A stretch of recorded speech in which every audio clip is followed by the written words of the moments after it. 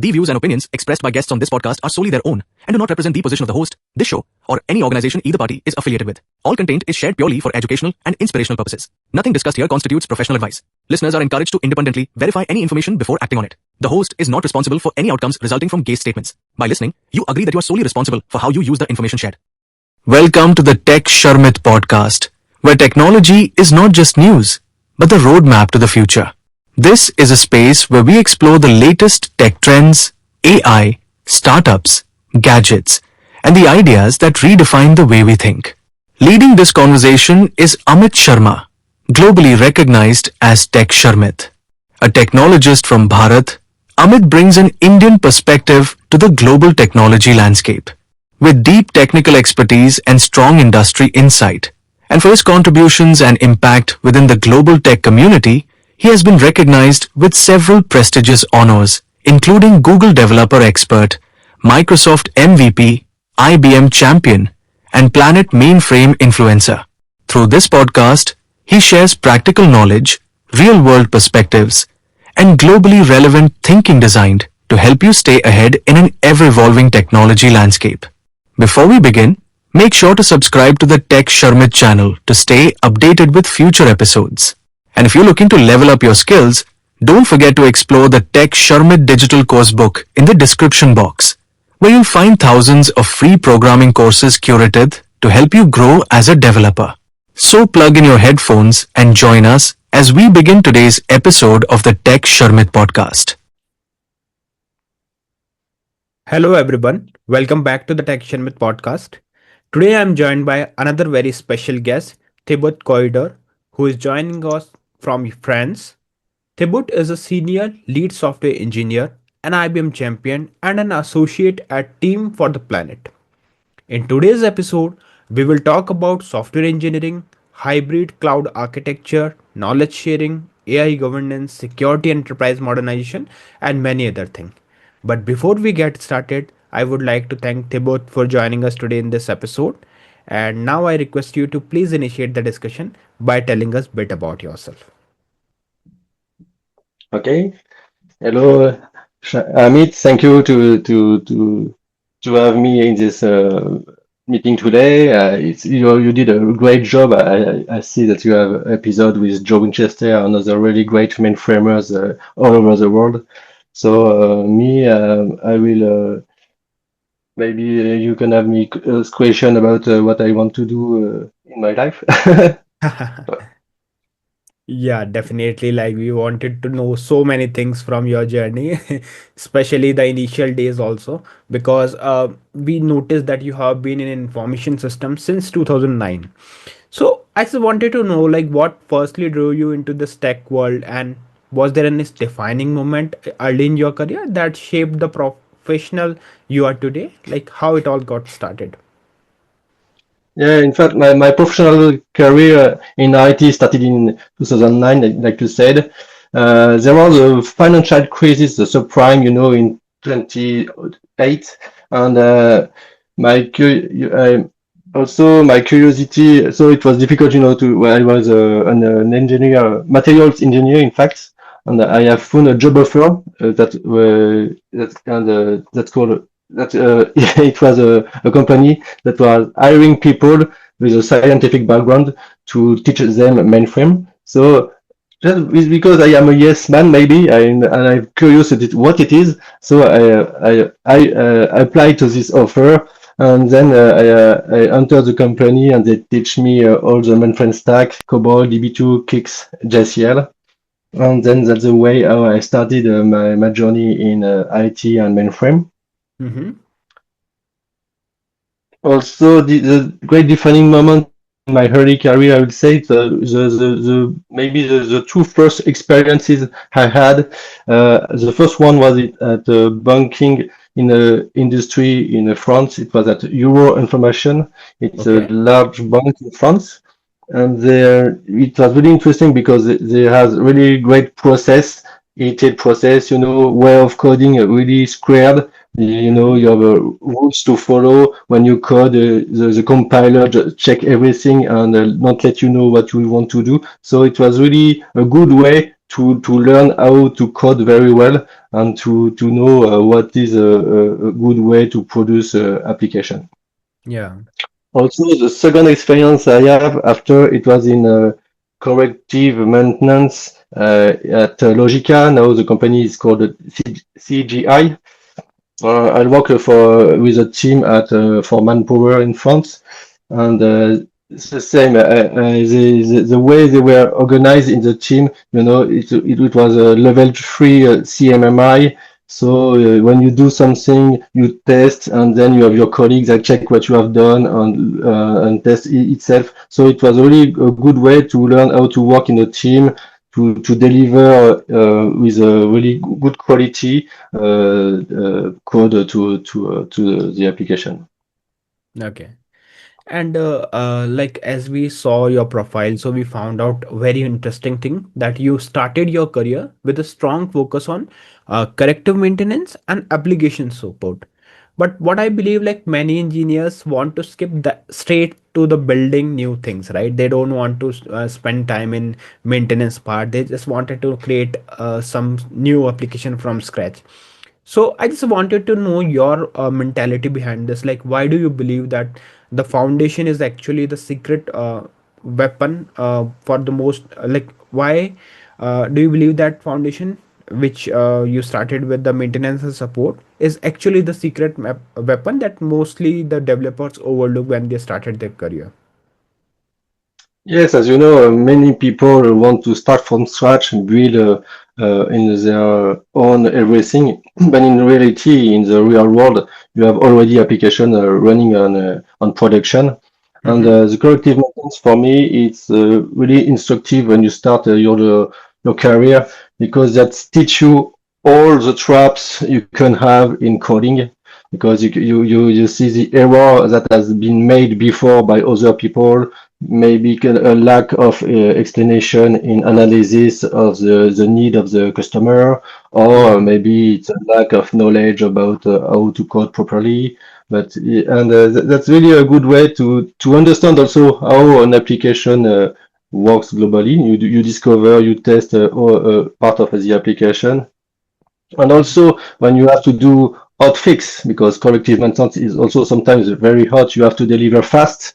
So that Yes. teach you how to work under pressure, to know take the good decision in a short time of period, and you have to do on the test everything and deliver very fast and be sure of what you do. So it was really a good way to work with people, really skilled people, because when you work on a mainframe application, even when you have a bug, the company can be completely blocked. People that the users of the application, you don't block only one or two users, you can block thousands. So Mm-hmm. sometimes Right. I've experienced that are really great. And I think for developers, it is a good way to also work with a team of operations, and to learn what is behind and why you are doing your job, in fact, because when you develop something, it's to go to production at the end. So this is a good way to be directly linking with production team, operations, and Mm-hmm. also sometimes you have directly the users on the phone, but when you need to understand what is the problem. Yeah. So it's a good way to be I would say uh, I lost my word, sorry. To Mainly to for the understand what analysis and that part. Yeah, I also agree, like here on that point, like when we start something with the maintenance support and this kind of work, so obviously like it will enhance your analytics skill, like how to find out the things, if there is any bug caused in your system, if there is any kind of blockage in your system, so like where to track the things, how to backtrack the things to identify it, how to debug the things, right? So these are all things are there. Also, yeah. like when you are into this phase of support and support kind of thing. So at that time you also learn how to meet your deadlines, right? Because those situations are very time critical, right? Everything should be fixed within a proper time frame. And when you learn about all these aspects of software engineering, then things would be much more easier when you are into the development phase, because there you know how to meet your deadlines, how to do the proper analysis or Yeah, root cause analysis for the issues that you guys are facing. So I think that's the yeah. advantage you also witness in your journey, because you also started with the same domain and now you are contributing a lot for this industry. So I think that is something that favors you as well. Yeah. Okay. So Thibaut, now I just wanted to know one more thing, because while doing some research about your journey, I found that you describe yourself as a champion of pragmatic everyday innovation, which is simple and low cost. So can you walk us through a real example, like where a small, unglamorous fix, I would say, made a massive difference for a client or a team that you produce any kind of innovation or the thing that you have suggested to your team? Yes, that's a good question. I love being pragmatic. We have to keep simple, just don't look for a crazy, very shiny solution, Yeah. too much think about solutions. And a good example, because you asked for an example, it's a good one. I have 2 years ago, I worked for in my team, we are looking for a way to trigger builds from GitLab and Mhm. to trigger COBOL builds. And we add the solution IBM EWM that aims to trigger builds, but only from Eclipse, so you can't Mhm. trigger it from GitLab. And I found a way. Okay, in fact, executing a build of COBOL is just running a JCL. Yeah. So I found a way to gather all the different kind of builds that this tool IBM IDWM does by executing user build from this tool. Mhm. I gather the different JCL of build possible, and then I create a template of each JCL, and then a small Rex uh, above it to give the great value for variables, and then feed the JCL and execute builds. And also I have learned thanks to there's a great platform IBM Z Explore, what you can do with Zoe, with API. Now you have API from RSC Yeah. API, ZOSMF API. So it's open you completely what you can do on a ZOS system. So by learning from my side what it was we can do today, Mhm. creating a small Rex with template of JCL, I have completely realized something that we never knew it was possible. So we just gonna trigger build from GitLab for all the application on our reference system. Okay. And I think apart from these technical skill set, we also need to understand this thing that knowledge sharing is also important, right? Because you also place a strong emphasis on knowledge sharing and service continuity. So, what do you think? Like, what's the biggest mistake senior engineers make when it comes to transferring the knowledge within their teams? Because you have been interacted with multiple team members, those who were new or the young developers, right? And also the senior or lateral kind of team. So, what do you think? Like, overall, from your perspective, what what's the biggest mistake senior engineers make when it comes to transferring the knowledge within their team? I think it's a tricky question because senior engineers sometimes they do their job for a long time and then can underestimate what they completely know, the total perimeter of their knowledge. So sometimes for them it's difficult to be sure what they have in mind because sometimes they do it automatically. So maybe they can underestimate the complexity of the things they know. So maybe and can say just maybe they can think that to transfer to a new people, it just take 3 months or things like this. But Mm-hmm. in fact, you need a longer time.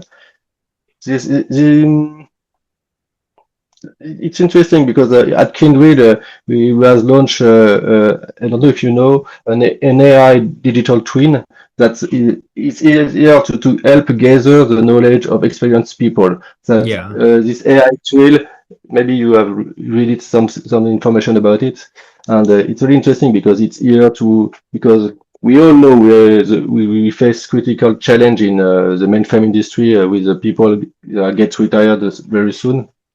So we have to find a way to collect their knowledge, and maybe this is a solution we have to look at because Mm-hmm. you sometimes it's difficult to find the new people to hire. You're not sure you will get if it comes for and he will fit with the job he has to do. Yes. So yes, it's a tricky question. We have all. I have experience in my head of people. Oh no, he will leave the next month, and we have to get back his work. And for it's I saw really in my previous team we have a high pressure of understanding how we will face to administrate the tools senior engineers were at in the bucket, you know. Correct. And I think nowadays everyone is utilizing the AI tools, right? Claude, Gemini, and other tools.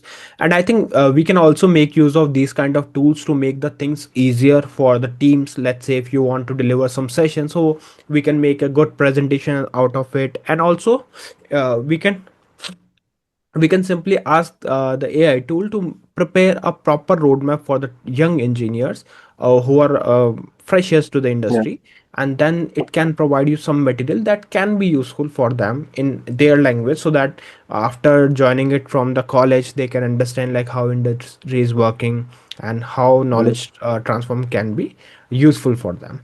So that's how like maybe we can utilize the AI tools for the better knowledge sharing kind of thing.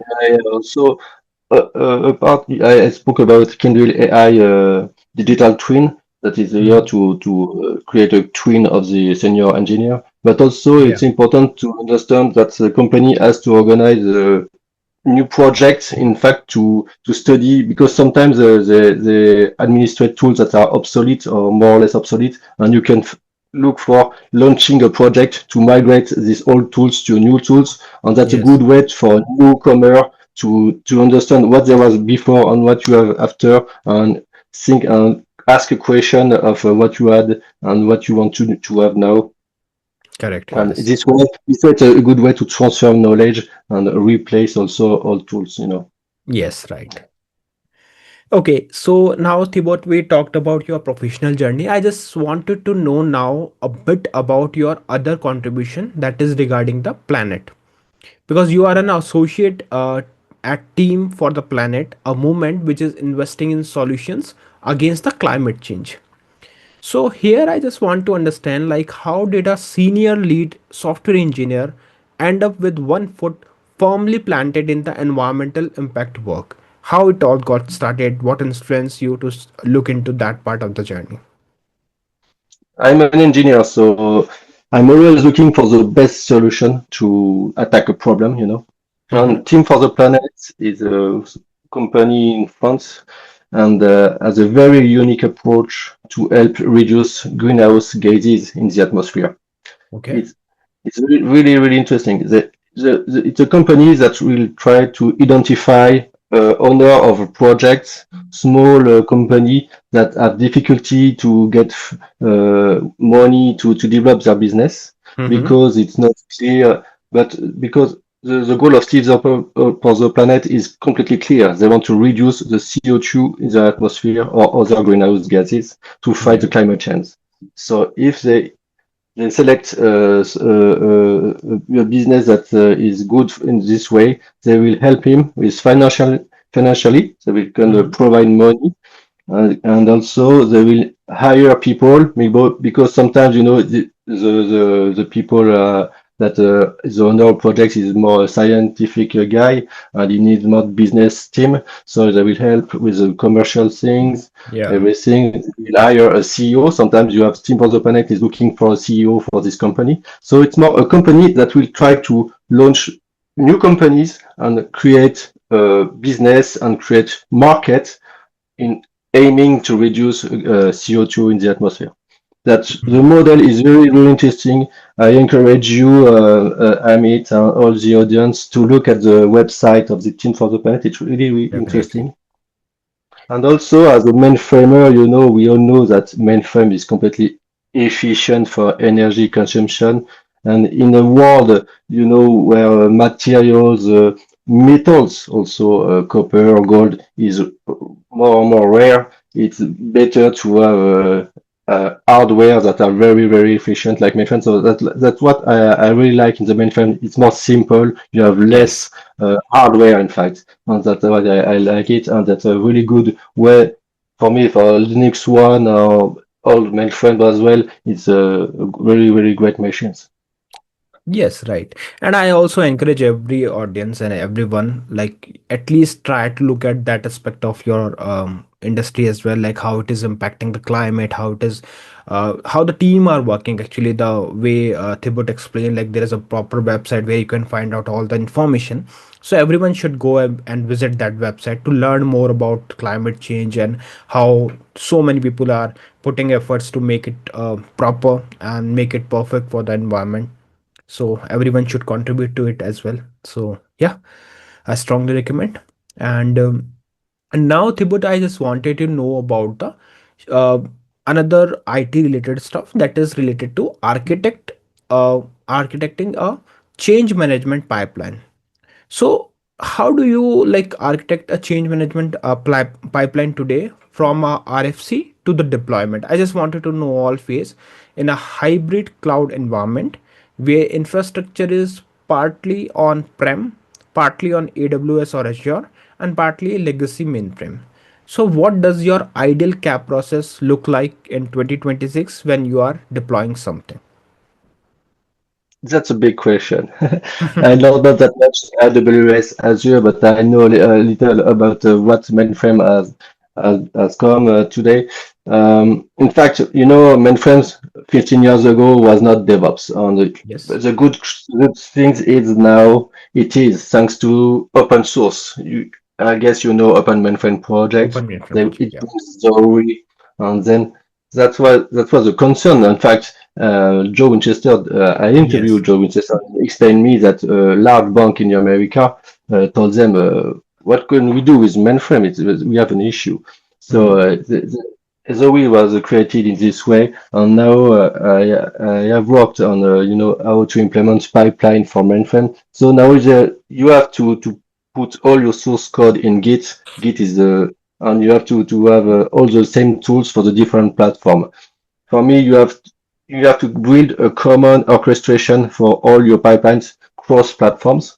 Yeah. Uh, and then we put quality gates, automatic testing tools, and also it can be connected with ServiceNow to look for to publish where the delivery is coming, and then you can automate a lot of things. So Hmm.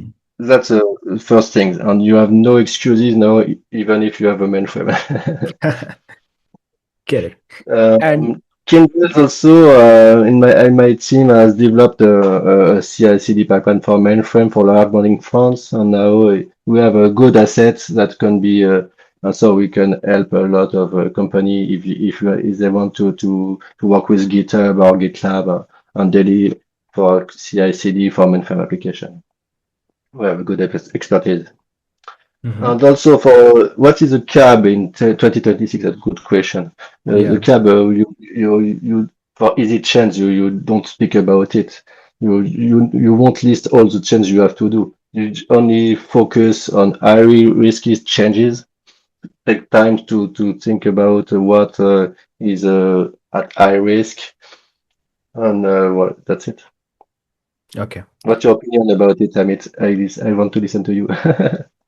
Yeah, and regarding this also, like I just want to highlight one thing that when I was interviewing the Joe Winchester, he explained the importance of this open project mainframe, and also he talked about the Jovi and the other aspect of the things. So I think if people know about these things in their initial days, like if they are really interested into moving into the mainframe system, so they should at least firstly analyze it by the expert views, like what they are talking about the platform, how it is helpful for them. And once they have at least that idea, that information, then maybe they can decide like whether this is the field where they want to contribute or not. And as you mentioned about the cap process, like although like it totally depends on the project, right? The requirement, like sometime it might be changed according to the project requirement, but overall process would be the similar for every development phase, whether doesn't matter like which technology are you working on, but the sprint would be the same, right? You have to test the things, you have to deploy it, and make sure that everything is properly fit and fine. So that's the one thing. And as I mentioned, like same thing I also discussed with Joe Winchester. So those who are interested into learning more about it after this podcast, they can also check it out, the episode with the Joe Winchester, and there you will find so many other informative things like we are discussing here. So yeah. And now, before we move to the next part of the discussion, Thibaut, I just want to take one more question regarding the industries. Because in regulated industries like banking and healthcare, security, like security patching is minefield, right? So we all know that sometimes patches break things, but delays create and delays also create a vulnerability windows. So, from your experience, what's your technical framework for prioritizing and safely deploying critical security patches with zero downtime environment? So, is there any particular set of rules that you follow to make sure that everything is perfect and fine? That's a good question. I'm not a security engineer, but I think the culture of quality assurance is key. Is we need automatic testing tools, unit testing, early testing, and integrating testing, end-to-end test as well. Mm-hmm. IBM deliver a great tool. I don't know if you have heard about it. It's Test Accelerator for Z. For me, this is a kind of tool that can really help teams to with integrate for their pipelines, testing tools everywhere, Mm-hmm. test everywhere, and with on-demand environment, you can really execute a lot of tests before delivery. Also, it's for me, you have to couple it with the best practices. I'll talk that it in my the first or second experience in my career. I talked Mm-hmm. to you about the level 3 CMMI. So it's as well the way of your team are working.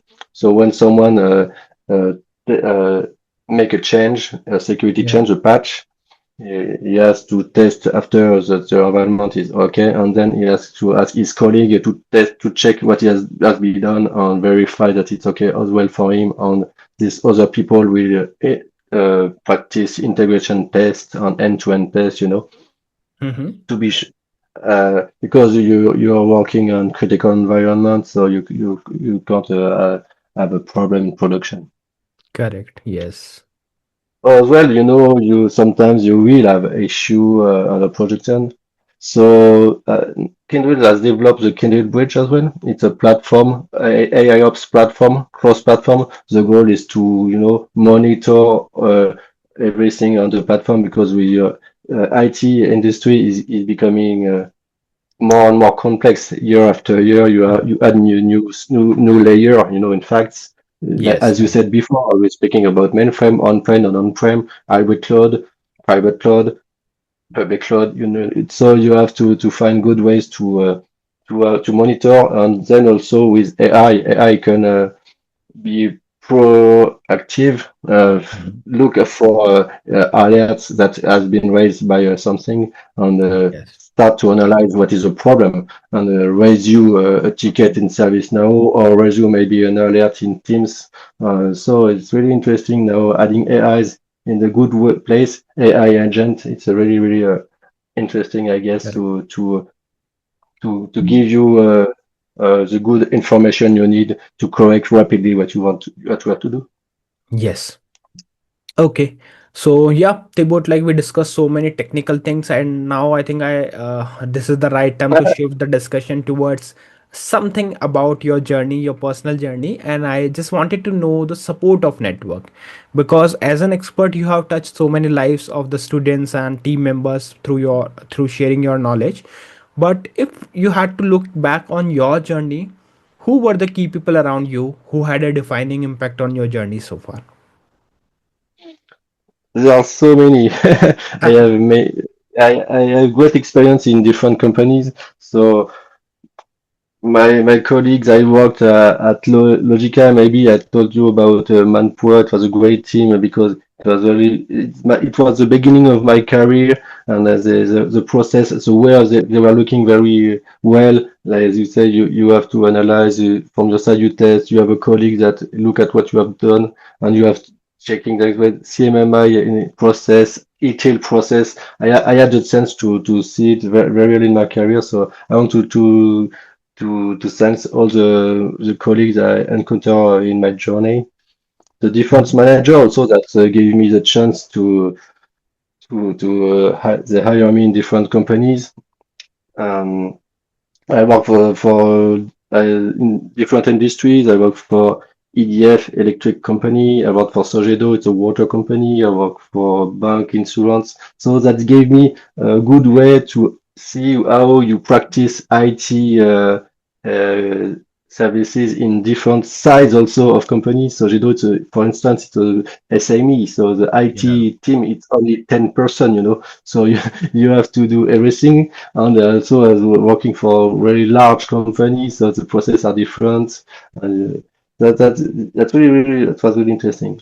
Yeah. Also, something I really really like in my journey, I want to thank is the Cisco team.